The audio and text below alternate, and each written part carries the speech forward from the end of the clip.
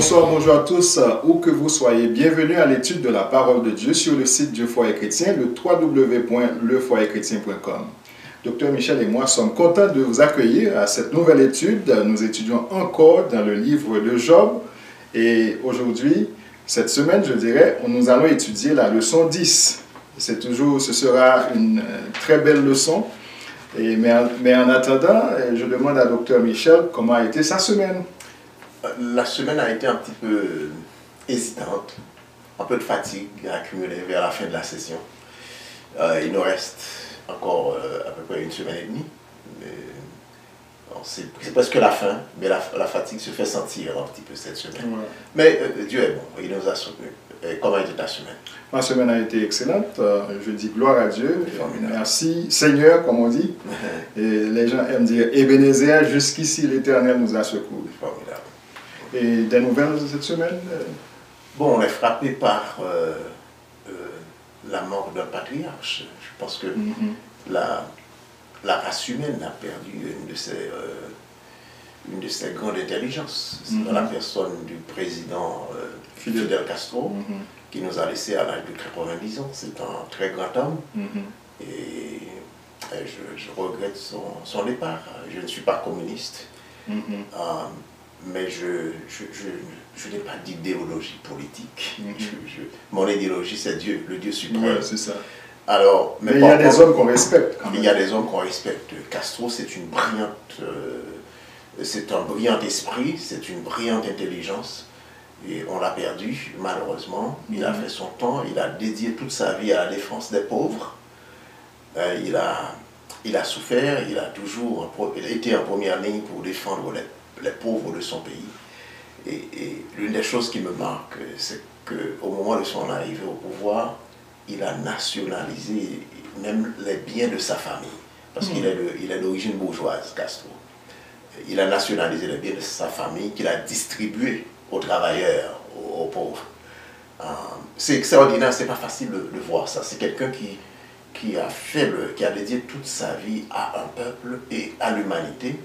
Mais malheureusement, le monde ne l'apprécie pas parce que les intérêts égoïstes empêchent les uns et les autres d'apprécier les sacrifices aussi extraordinaires. Alors, qu'est-ce que je peux dire? Paix à son âme. On m'a dit qu'on a déjà incinéré son corps. Hein? Oui. Le jour d'après, là, samedi matin, ça a été fait. Il a demandé pour que ce soit ainsi, même si moi je suis contre. L'inspiration. Je parlais hier à une amie qui m'a appelé de Montréal, et je disais que je suis contre. Est-ce que c'est ce matin ou bien hier? Je pense que c'est ce matin. Je suis contre l'incinération. Je ne veux pas être incinéré. Je veux que mon corps, à ma mort, soit soumis à un processus de décomposition naturelle dans la tombe. Voilà. Alors, mais par contre, c'est sa volonté. Il est venu, il a servi l'humanité, il a servi sa nation. Et quand il disparaît, il veut disparaître totalement. C'est son choix, il a le droit à ça. Voilà. Avant de développer la leçon, j'aimerais saluer quelques personnes qui nous ont écrit cette semaine et même qui ont appelé. Nous avons reçu l'appel d'une sœur Sonia Julien. Elle vit en République dominicaine, elle est une haïtienne. Elle a 16 enfants qui étudient en République dominicaine. Et quand elle m'a appelé, elle était en Guyane française en visite. Elle visitait un de ses enfants en Guyane française. La sœur Sonia Julien nous a dit aussi qu'elle prie pour le ministère Le Foyer Chrétien. Merci, ma sœur. Elle vous salue de façon spéciale aussi. Merci beaucoup. Je vous salue aussi, sœur Sonia. Que le grand Dieu continue à te bénir. Et on salue aussi les enfants de sœur Sonia Julien.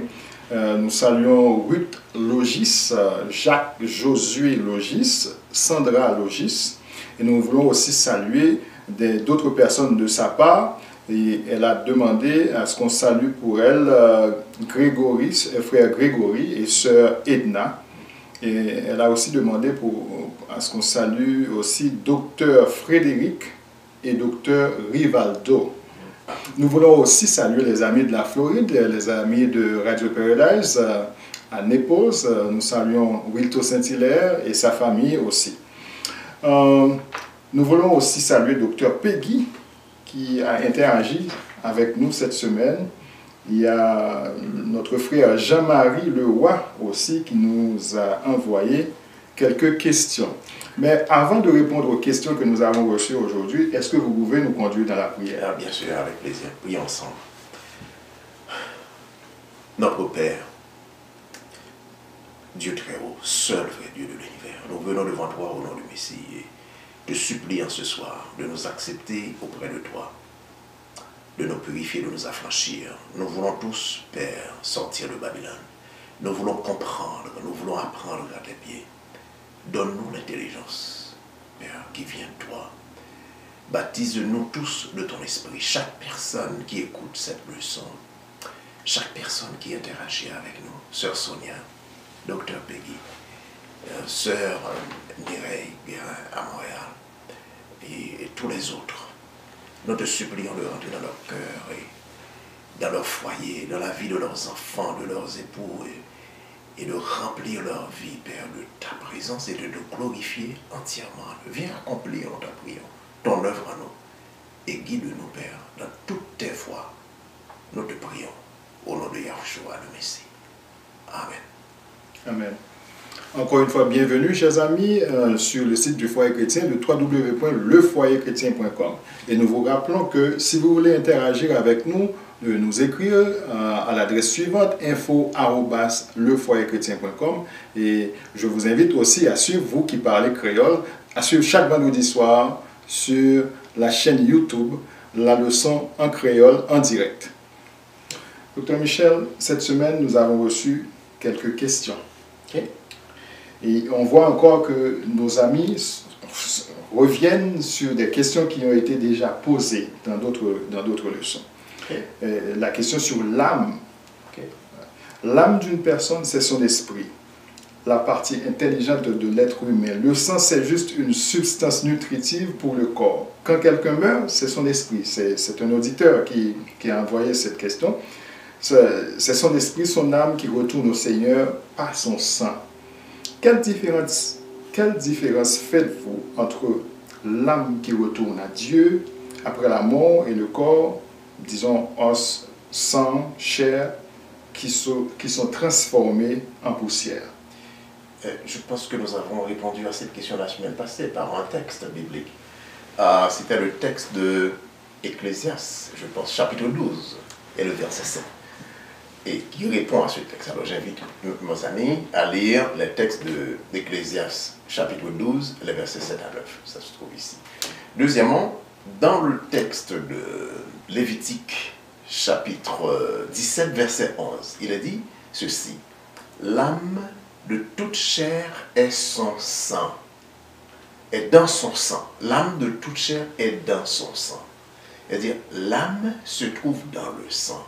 Et j'avais lu aussi la note de bas de page dans ma Bible commentée, qui est une Bible éditée par l'université Andrews, l'université adventiste, qui dit que le sang est tellement une expression de l'âme, que l'âme se trouve dans le sang,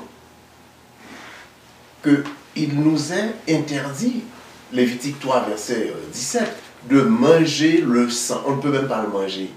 Parce que c'est l'âme qui est répandue pour l'expiation de nos fautes. Quand nous faisons couler le sang de l'animal, et l'animal n'a plus de vie, c'est que nous donnons à Dieu l'âme de l'animal à la place de notre âme. C'est tout ce symbolisme-là. Maintenant, est-ce qu'il y a il faut demander à nos amis qui sont en physiologie, de dire quelle est la composante. Ils ne peuvent pas l'expliquer, on ne peut pas l'expliquer par la science d'ailleurs. Mais l'âme n'est pas visible, mais elle est dans le sang qui est visible. Ok? Donc, c'est quand on me dit que le sang retourne et que l'âme est dans le sang. C'est ce que le texte nous dit. Et que le sang est tellement important qu'on ne peut même pas le manger. C'est ce qu'on avait dit la semaine passée, en bref, pour répondre à la question. Voilà. J'espère que notre ami est satisfait de la réponse. Et comme on dit toujours, si vous n'êtes pas satisfait, vous pouvez toujours continuer à interagir avec nous. Mais c'est encore mieux de lire les textes, par exemple. Oui. Voilà, avant. Et j'aimerais ajouter quelque chose ici, docteur Michel, si vous me permettez. Personnellement, je n'aimerais pas qu'on s'attarde à répondre, à poser des questions qui vont continuer à amener d'autres questions et qui n'ont pas vraiment des réponses exactes. Il y a toujours des gens qui vont poser d'autres questions à partir de la réponse que vous donnez. Mais je ne sais pas, bon, nous n'avons pas la science infuse, nous ne connaissons pas tout, nous étudions ensemble.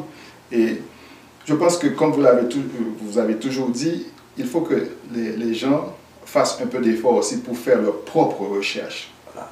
Ouais. Si nous avons des explications, nous pouvons les partager. Quand nous n'avons rien, nous dirons toujours que nous ne savons pas. Voilà. Et je pense que aussi, il y a ici, là, avec ces questions-là, il n'y a pas une question de salut dans ces questions. Je ne sais pas. Qu'est-ce que vous pensez? Moi, je pense qu'il faut, tu sais, c'est comme si je réexamine, je vais ouvrir une parenthèse. C'est comme si je réexamine toute la théorie d'État, de l'État-nation. L'État s'exprime à travers un ensemble de manifestations, les symboles, les gestes, et tout ça c'est important. Alors si je referme la parenthèse maintenant, je retourne. Le Dieu suprême de l'univers est intervenu dans notre vie, il a donné des principes, des détails. Alors, parfois on entend des gens dire « Oh, ça c'est un détail, c'est pas important ». Et pourtant, dans d'autres circonstances, ils vont nous dire « Oh, ben, le vrai test est dans les détails ». Donc les détails c'est toujours important. Il y en a qui vont dire ben, connaître le vrai nom du Dieu Tout-Puissant, est-ce que c'est important? Ben, c'est important. Ok? Alors, moi je dirais, quand le Tout-Puissant a établi en principe quelque chose comme sacré et l'a défini pour nous, nous devons rechercher, est-ce qu'il l'a dit vraiment? Et quand son esprit nous dit que c'est sa parole, nous n'avons pas à juger si c'était important, moins important. C'est comme le catholicisme l'a fait, péché mortel, péché véniel. Tout est important, ça forme un corps. L'addition des détails, ça forme un corpus significatif. Ok, merci. La deuxième question, comment, selon vous, la théorie de Leibniz sur Dieu influence la formation des pasteurs adventistes? Mais je vais demander à notre productrice aussi de mettre un peu d'informations, le nom de Leibniz en bas de la page YouTube pour que les gens puissent faire leurs propres recherches aussi à partir de cela. Gottfried Leibniz, c'était un homme de loi, un philosophe, un théologien allemand. Et il a présenté plusieurs idées, ou bien il a fait plusieurs propositions d'ordre philosophique, de l'ordre du droit, plusieurs réflexions, et qu'en anglais on appelle des idées, ou bien des arguments. Et l'un de ces arguments, je ne sais pas, c'est probablement à cet argument qu'on appelle l'argument cosmologique de Leibniz, que certains situent de l'ordre de la philosophie naturelle, ou bien que de l'autre situe dans l'ordre de la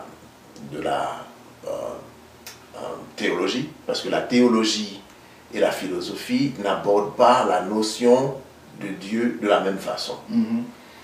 Alors lui, il était les deux. Est-ce que c'est le philosophe qui parle ou bien c'est le théologien qui parle? Dans un cas comme dans l'autre, il a proposé une chaîne de syllogismes pour expliquer enfin que tout ce qui existe peut s'expliquer de deux façons. Pour expliquer l'existence, si vous voulez. De deux façons, il y a des choses qui existent par contingence, il y a des choses qui existent par nécessité. Les choses qui existent par nécessité, par contingence, c'est des choses qui n'auraient, ou bien des objets qui n'auraient pas pu, qui auraient pu ne pas exister, si vous voulez. Qui auraient pu ne pas exister. Est-ce que vous avez dit par hasard, non? Il a appelé la contingence. Ouais. C'est peut-être pas par hasard. Ouais. Par exemple, moi j'existe par contingence. Ma mère aurait pu rencontrer un autre homme et avoir un autre enfant, ça aurait pu être un autre être, mais pas moi. Et donc c'est une contingence qui fait que ça soit moi, que ma mère rencontre mon père et que je sorte de cette union-là. Est-ce que tout n'a pas été établi dès la fondation du monde? il ne va pas là, pas encore, on n'est pas encore à ce point de ça. Alors il explique la contingence, mais il va arriver maintenant, ça c'est de l'ordre de la contingence, pour expliquer l'existence. Par exemple, cette bouteille d'eau pourrait ne pas exister. Cette maison par exemple, pourrait ne pas exister. Ce sont des contingences qui amènent ces choses-là à l'existence. Maintenant, il peut expliquer l'existence aussi par la nécessité. La nécessité est de l'ordre du transcendantal, si vous voulez, c'est moi qui l'explique ainsi, dans la mesure où, par exemple, Dieu est une nécessité et c'est lui qui amène les contingences à l'existence. Donc, les choses qui existent par contingence doivent leur existence à l'existence de la nécessité et le Dieu dont il parle est une nécessité. Et en conclusion, il va prouver que en réalité Dieu existe parce qu'il est l'existence de Dieu est la seule explication logique de l'univers. Okay? C'est ça là, en gros, je ne sais pas si j'ai bien résumé, mais c'est en gros son argument, sa théorie cosmologique, si vous voulez. Je pense que c'est de ça, à ça que le frère faisait référence. Maintenant, ce que je déconseille, je ne peux pas dire dans quelle mesure ça influence la formation des pasteurs, parce que je ne suis pas pasteur de formation. Mais par contre, ce que je peux dire, c'est que je ne vais pas chercher à expliquer l'existence de Dieu à partir de la philosophie. Comme moi, c'est à partir disons, à partir de la logique philosophique, ou même à partir de la théologie. L'existence de Dieu est prouvée dans ma relation intime avec lui. C'est-à-dire, là je parle, je raisonne dans le domaine de la foi. Ce raisonnement est de l'ordre de la foi. C'est par la foi qui m'emmène à une relation intime, et c'est ce que Yahushua nous a enseigné. La vie éternelle, c'est qu'ils te connaissent, toi, le seul vrai Dieu, et celui que tu as envoyé, Yahushua. Et le verbe connaître qui est utilisé, qui est traduit dans ce texte, signifie connaissance intime. C'est une relation intime. Alors, je dois vivre cette relation intime avec Dieu pour que j'arrive à la conclusion automatique de l'existence, que les faits prouvent à ma vie son existence. Alors, c'est ça ma petite difficulté avec cette théorie, même si la conclusion est bonne, mais par contre, la source de cette recherche d'explication me rend, je dirais, inconfortable. Comprenez-vous? Alors, je pense que je fais le tour de la question des frères. Je n'aimerais pas prolonger trop la question, mais quand vous avez répondu, vous avez parlé de la contingence et de la nécessité. Les deux mots que j'ai retenus, est-ce que cette nécessité dont vous avez parlé, est-ce que c'est une nécessité à double sens? De la contingence vers la nécessité qui est Dieu, il est nécessaire, ou bien Dieu trouve nécessaire que l'homme existe pour trouver sa substance? Non, c'est la nécessité qui donne sa substance à la contingence. En sorte que la contingence doit sa substance à la nécessité. Et l'existence de Dieu est nécessaire pour expliquer la contingence, pour expliquer les choses qui existent dans l'univers, pour expliquer l'existence tout court. Voilà. Ouais. J'imagine que notre frère est un peu, il fait de la philosophie de la religion peut-être. Probablement. Mais si vous n'êtes pas satisfait, continuez encore la discussion, c'est bien pour ceux qui font de la philosophie. L'académique. L'académique, oui, la théologie. Je sais que dans cette intervention, il y a quelques personnes qui peut-être n'ont pas compris tous les termes qui ont été utilisés, mais quand même pour vous qui avez posé cette question, vous avez peut-être compris ce que Dr Michel voulait dire. La troisième question, est-ce que, selon vous, un pasteur adventiste, ce n'est pas seulement un gestionnaire de la mission? Parce qu'il a sur ses responsabilités 5 églises ou plus. Il n'a pas le temps de connaître ses membres, de prier avec eux. Il gère seulement les dîmes et les offrandes pour la mission. Ça, c'est vraiment une question difficile. Hein? C'est difficile parce que je connais les mécanismes de fonctionnement de l'administration de l'Église. Mais moi, je ne suis pas directement impliqué dans l'administration de l'Église. En sorte que ça ne serait pas sage de ma part de porter un jugement sur un ordre de choses dans lequel je ne suis pas impliqué. Il appartient aux agents sociaux, parce que chaque pasteur est un agent social, encore une, je suis dans le monde académique, est un agent social qui est capable de réfléchir à son travail pendant qu'il le fait. Donc il appartient à lui, à chaque pasteur, dans, peut-être que je suggérerais des réunions d'ouvriers, ou bien dans les rapports avec les superviseurs, de réfléchir sur la nature du travail et de voir que, écoutez, être pasteur n'est pas un job, c'est une vocation.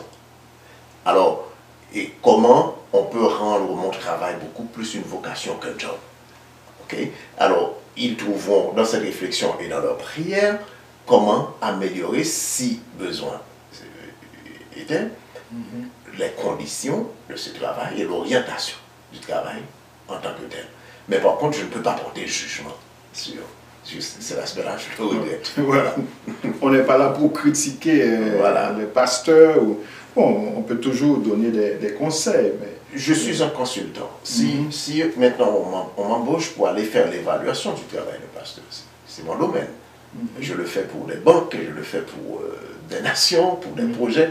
Je peux faire l'audit organisationnel de système et vous dire, là, si vous me donnez votre mission, votre vision, votre mission, et j'examine les tâches que vous exécutez, je peux sortir un rapport avec des recommandations très solides.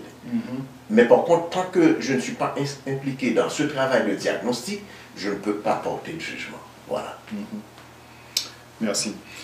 À propos de l'affaire Job, ma question est celle-ci, c'est notre sœur, je pense que non, c'est notre frère Jean-Marie Leroy qui a posé cette question.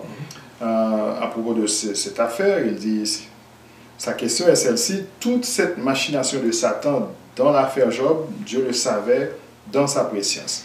N'aurait-il pas pu nous préparer autrement à comprendre sa sagesse sans qu'il y ait tant de souffrance dans un corps humain, dans un corps d'homme, comme il a dit? Comment allez-vous nous expliquer tout ça? La réponse simple est non. Il n'y a pas de façon. Pourquoi? Parce que le Dieu très haut dont nous parlons ici et dont il est question dans l'histoire de Job, il est souverain. Même Yahushua, au moment de prier, disait, je prie, s'il était possible que cette coupe s'éloigne de moi, non selon ma volonté, parce qu'il était dans sa condition d'homme, non selon ma volonté, mais selon ta volonté. Il est trop sage pour se tromper.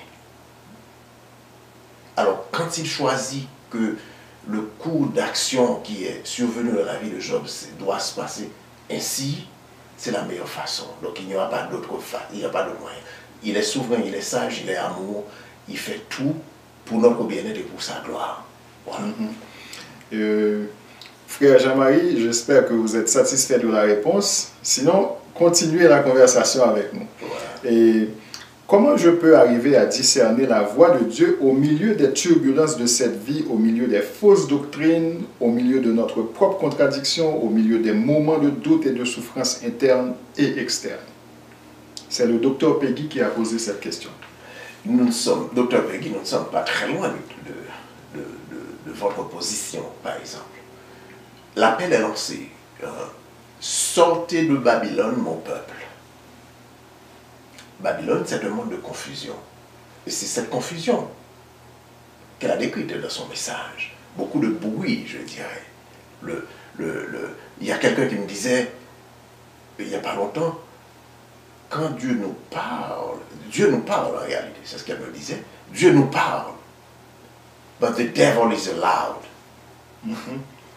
Ok, Dieu nous parle, mais le malin fait beaucoup de bruit pour nous empêcher de comprendre, de discerner les voies de Dieu, et nous sommes restés dans la confusion. Mais cependant, je pense, la disposition du cœur de suivre le Sauveur, par la prière sincère, et notre prise de position pour attendre le signal qui vient de son esprit, pour nous conduire hors de Babylone, hors de cette confusion, je pense que la bonne chose à faire, nous ne devons pas, c'est ma situation, c'est la situation de plusieurs.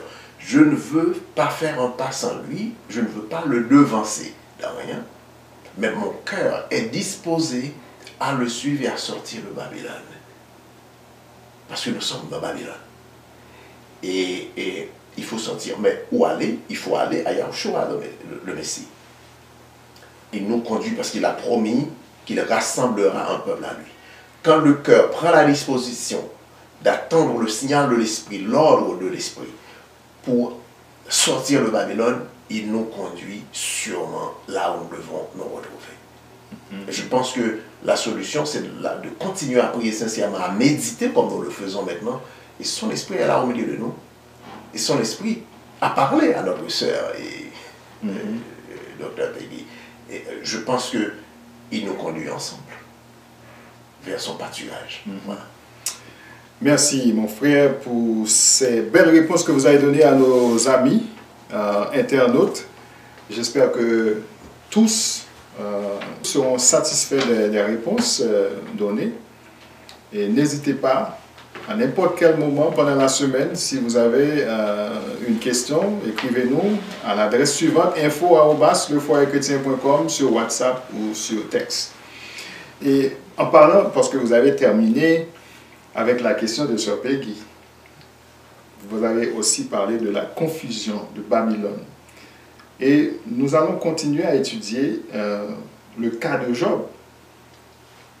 On pourrait dire même que c'est une étude de cas d'une personne pour montrer la grandeur du Dieu très haut et la petitesse des hommes, comment nous sommes faibles, nous sommes petits devant lui.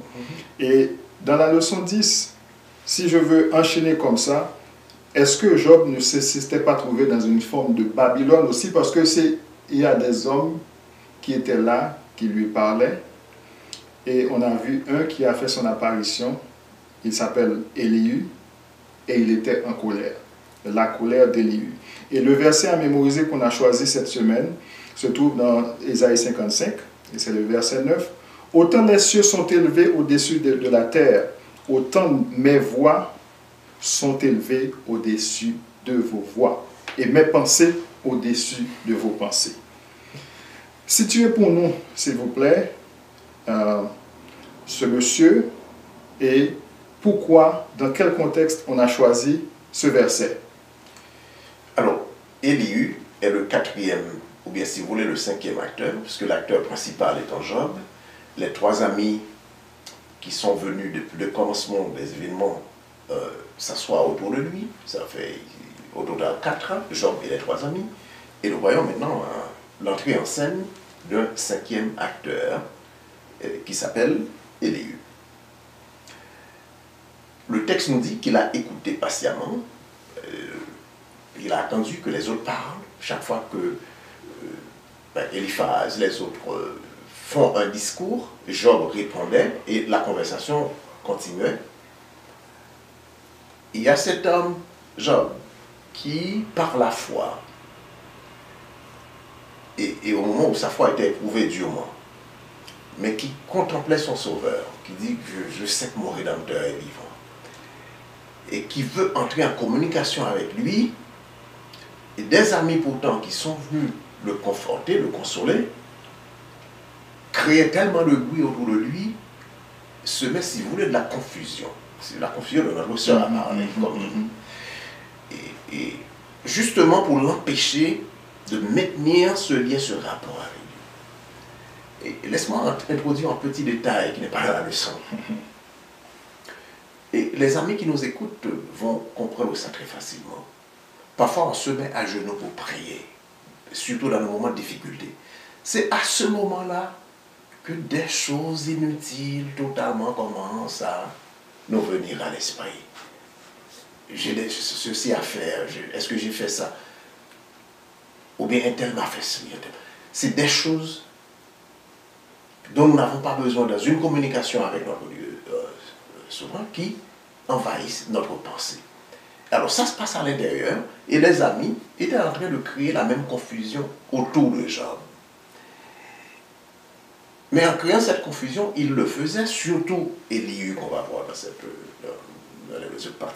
les parties de la leçon, reprenait de façon plus détaillée, de façon plus forte, un argument qui a déjà été avancé par Eliphaz au chapitre 7, pour dire, quand Eliphaz disait qu'il avait un esprit au moment où tout le monde dormait, et que Job devait écouter ce qu'il dit. Voilà donc ce monsieur, ce cinquième acteur qui est intervenu, qui vient parler au nom de Dieu. Alors, au nom de Dieu, il va dire, Job, vous avez tort. Et vous les trois autres, vous avez tort aussi. Parce que vous n'avez pas pu trouver la bonne explication à fournir à Job. Et Job, vous avez tort parce que vous pensez être saint. Et il commençait à déballer ce qu'il croyait être la pensée de Dieu, la justice de Dieu, la souveraineté de Dieu. Il défendait Dieu. Et le verset à mémoriser nous rappelle que ce sont des gens qui connaissaient la vérité. Connaître la vérité est une chose. Savoir comment l'appliquer est une autre chose. Et ça, c'est l'œuvre de l'esprit. Je peux connaître la vérité et ne pas savoir comment l'appliquer. Et c'est là l'importance de l'attente. On attend que l'esprit nous révèle quoi faire. Ne jamais devancer Dieu, comme on le disait tout à l'heure. Et Ésaïe va nous rappeler ce verset à mémoriser. Autant les cieux sont élevés au-dessus de la terre, c'est ça? C'est ça. Autant mes voix sont élevées au-dessus de vos voix. Mes pensées ne sont pas vos pensées. Arrêtez de créer vos propres pensées, vos propres structures logiques, philosophiques, parce que vous connaissez la vérité, vous maquillez vos propres pensées, vos propres conceptions philosophiques, et dire voilà ce que Dieu dit dans votre situation. Dire arrêtez ça. Ok? Et c'est là ce que tu disais tout à l'heure, Pierre. Une nécessité pour nous de nous humilier devant Dieu. Et de savoir que nous ne sommes rien et que Yahuwah, le Dieu Tout-Puissant, son nom est saint, je l'évoque, je parle de lui, mais il est tout-puissant. Il ne peut pas se tromper. Nous n'avons pas le mandat de parler en son nom, car notre cœur est un cœur de pierre. Nous n'avons pas encore ce cœur de chair rempli de l'esprit pour parler en son nom.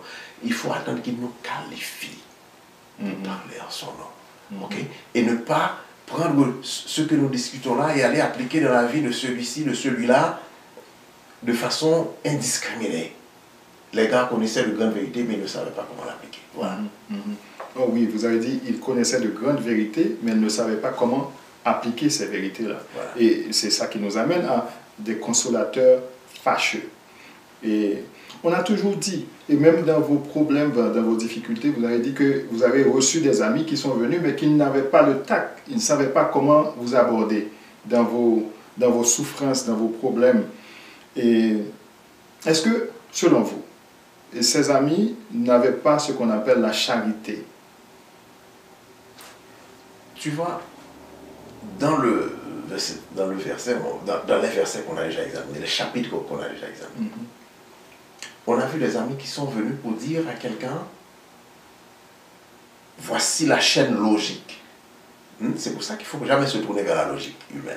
On l'a dit dans la réponse aux frères. Voici la chaîne logique. Vous faites le bien, ça conduit vers le bien.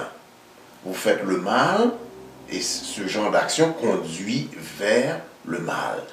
Et ce que vous êtes en train d'expérimenter, Job, est du mal. C'est que nous sommes en train d'examiner cet effet-là pour pouvoir le connecter à ses vraies causes. Et les causes de si grand malheur ne sauraient être autre chose que des péchés, des fautes graves que vous avez commis et qui auraient mérité des actions et des conséquences encore plus graves. Vous revenez chez vous et vous voyez qu'il y a une inondation à la con. Et vous allez me demander, Pierre, vous m'appelez au téléphone, il y a inondation, est-ce qu'il a plu? Parce que normalement, quand on voit qu'il y a inondation, c'est parce qu'il y avait une cause. Vous avez vu l'effet, et je vous dis non, il n'y avait pas de pluie, il n'a pas plu. Vous n'allez pas me croire. Ou bien je dis, quelqu'un l'a provoqué. Ben, je vais chercher, je vais rationaliser et essayer d'inventer des causes. Ouais. Et c'est en inventant ces causes-là, en appliquant mes connaissances pour trouver les causes que je me suis trompé. Donc, en sorte que le danger, et c'est ce qui existe même dans la science occidentale, je développe ma méthode, et même dans le domaine scientifique, il faut être prudent. Parce que les scientifiques développent les méthodes. J'ai développé ma propre méthode et je vais expérimenter. C'est-à-dire, la méthode déjà porte mes biais. Et quand je vais faire l'expérimentation, je pars aussi avec mes propres biais. Alors, comment je vais faire un peu ce qu'on appelle la distanciation pour éliminer tous les biais et venir avec un résultat de recherche qui soit, entre guillemets, objectif. C'est très difficile. Et les gens, les amis de Job, ne se donnaient pas ce genre de tâche-là, de nettoyer leur propre méthode de pensée, leur propre conception philosophique. Ils se livraient à un matraquage vraiment psychologique, un matraquage théologique, un matraquage sémantique, si vous voulez, l'ensemble des confusions qui augmentait la douleur de l'homme. Au lieu de lui donner du réconfort, il lui faisait beaucoup plus de peine. On nous parle de quelques vérités qui sont exprimées dans des versets suivants. Par exemple, Job 13, 28, Job 15, 14 à 16. Quelles sont ces vérités-là?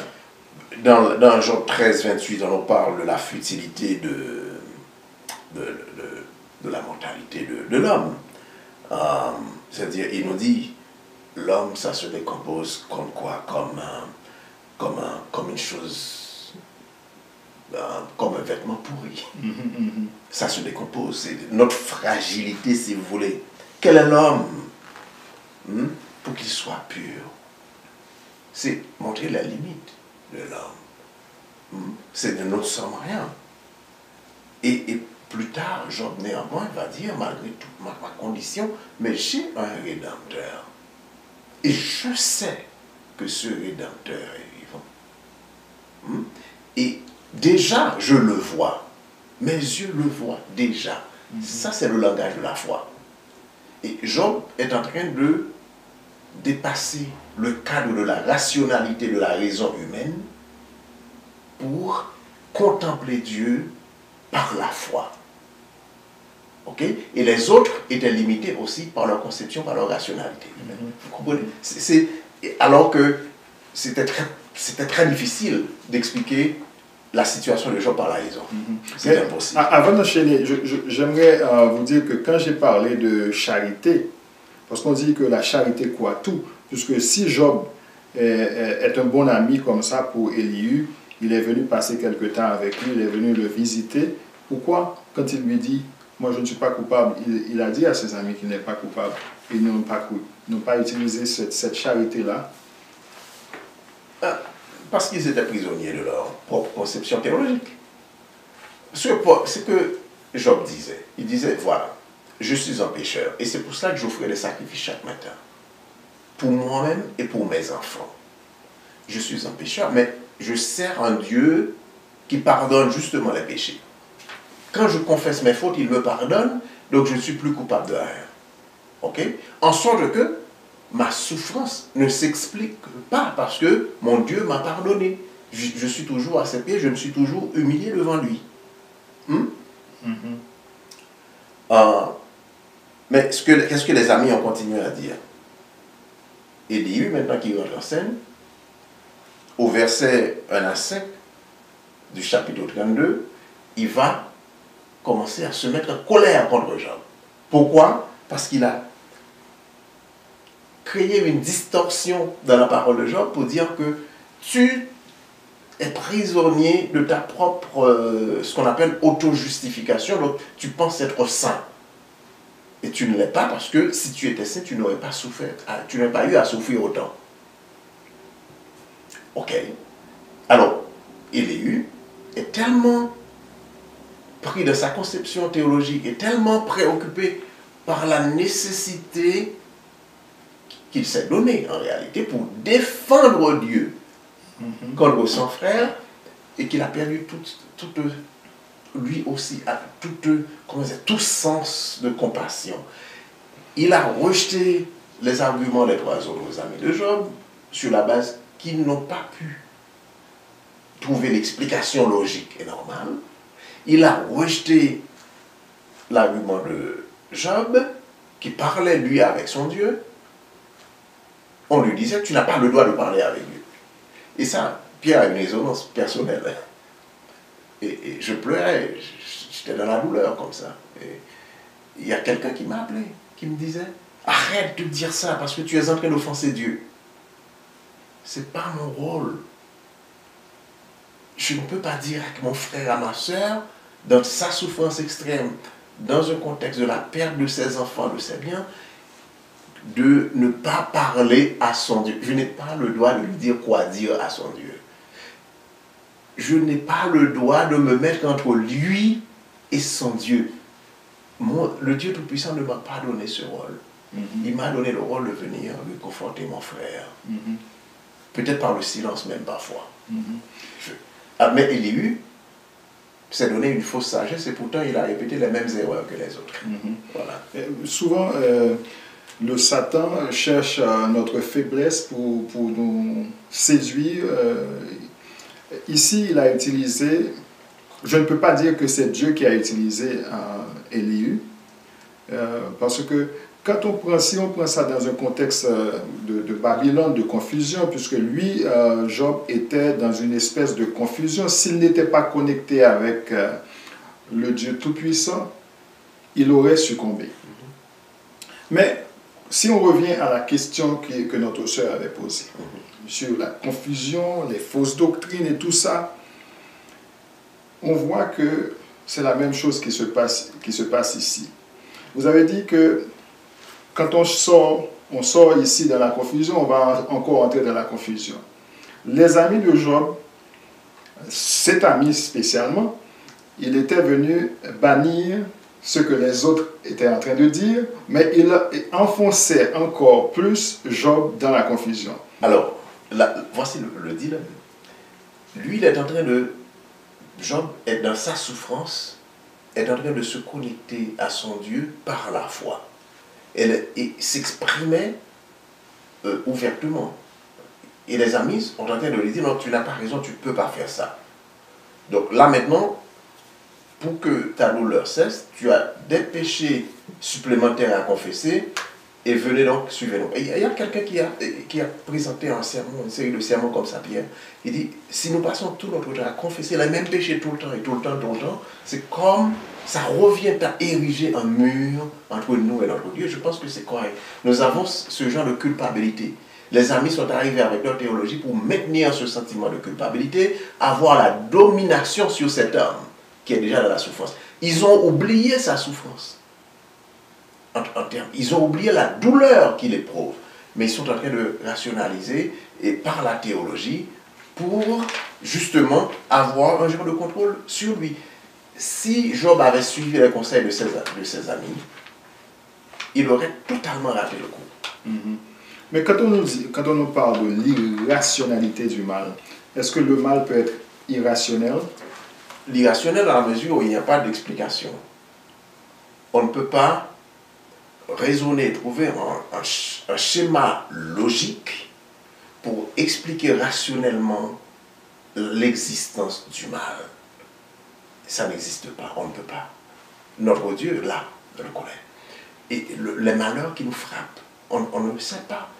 Il est souverain, il peut intervenir pour faire de nous un héros face aux autres mondes, comme il l'a fait de Job.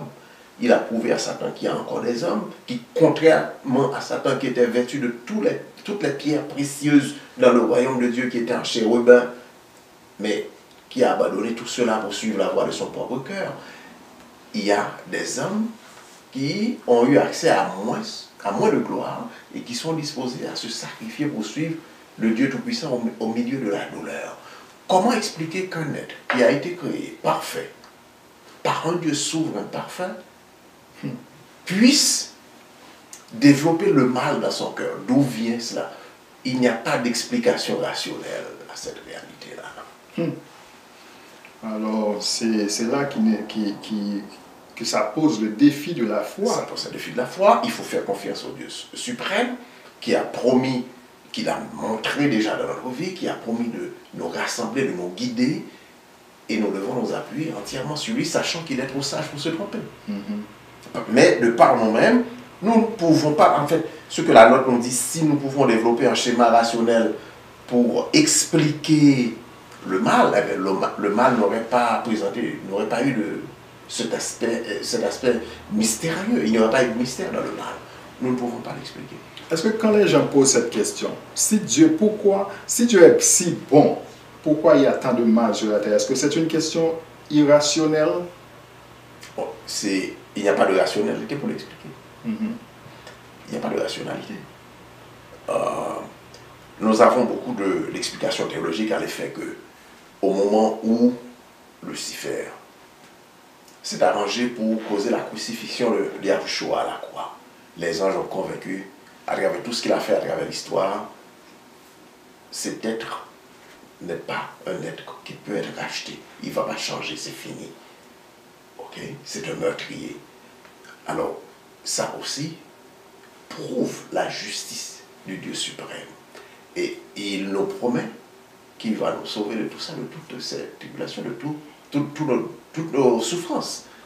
Tout ce que nous avons à faire, c'est de lui faire confiance. Mais il n'y a pas d'explication théologique, il n'y a pas d'explication logique, on ne peut pas rationaliser, expliquer. Il n'y a pas de modèle.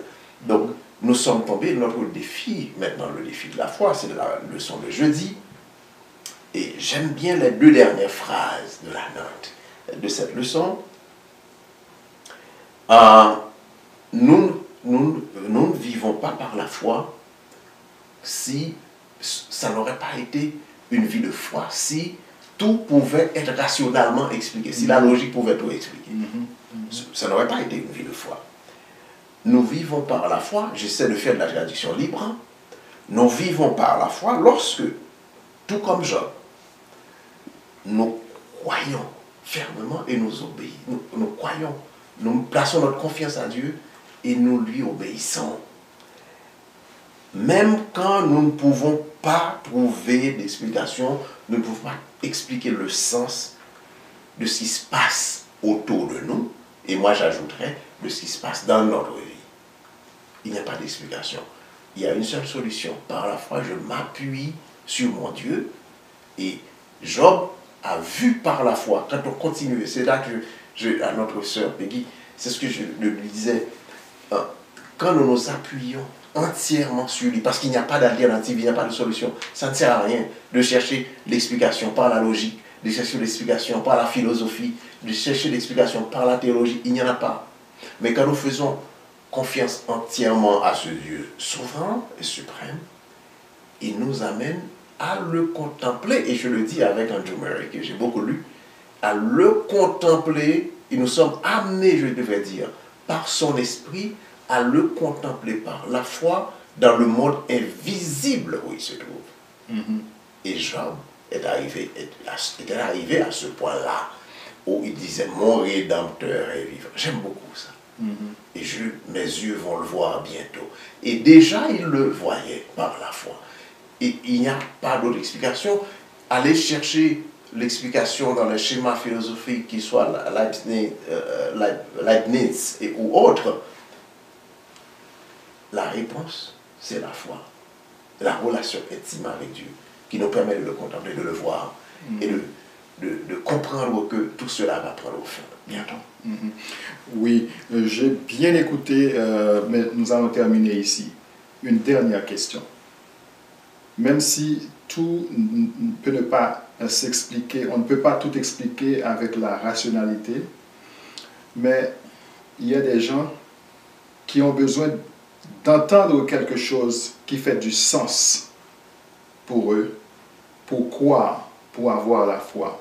Est-ce que c'est à cause de cela que nous trouvons des gens qui se dressent en défenseurs ou même en porte-parole du Dieu Tout-Puissant, et pour faire comprendre, même si c'est un mensonge qu'ils donnent, mais il y a des gens, il y a une foule de gens qui les suivent?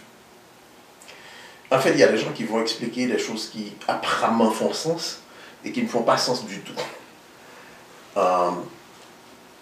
la seule explication qui fait sens, c'est qu'il existe un Dieu suprême qui s'intéresse à nous, qui nous voit, qui nous parle. Mais nous ne pouvons pas entendre sa voix. Parce que le mal fait beaucoup de bruit autour de nous, beaucoup de confusion doctrinale, beaucoup de confusion philosophique et autre chose. Et même dans nos doctrines que nous croyons être toute la vérité, il y a plein de ces contradictions. Alors, la seule solution, je dis, recherchons ensemble notre Dieu par la prière sincère. Disons-lui chaque jour, Seigneur, j'ai entendu ta voix, je veux sortir de Babylone, montre-moi comment sortir de cette confusion. Il le fera, moi je suis sûr qu'il le fera. Il le fera dans mon cas. Et mon cœur a pris la disposition, sur le plan de ma disposition de cœur, j'ai déjà tourné le dos à Babylone, en réalité. Voilà. Merci, Dr Michel, pour le développement de la leçon 10. On a parlé de l'apparition d'Élihu dans la vie de Job, dans le livre de Job. On n'a pas tout dit ici. J'espère qu'il y a des gens qui nous écoutent et qui ont des commentaires à faire. S'ils veulent faire ces commentaires, nous serons très contents de les recevoir. Voilà. Et aussi des questions. Et nous remercions le Seigneur. J'espère que vous avez été bénis par les explications que nous avons fournies dans cette leçon aujourd'hui. Et nous remercions Dr Michel, nous remercions Martine derrière les caméras et votre serviteur Pierre-Claude Aubergeau pour vous présenter l'étude de la parole de Dieu sur le foyer chrétien. Bonne semaine à vous tous, que Dieu vous bénisse.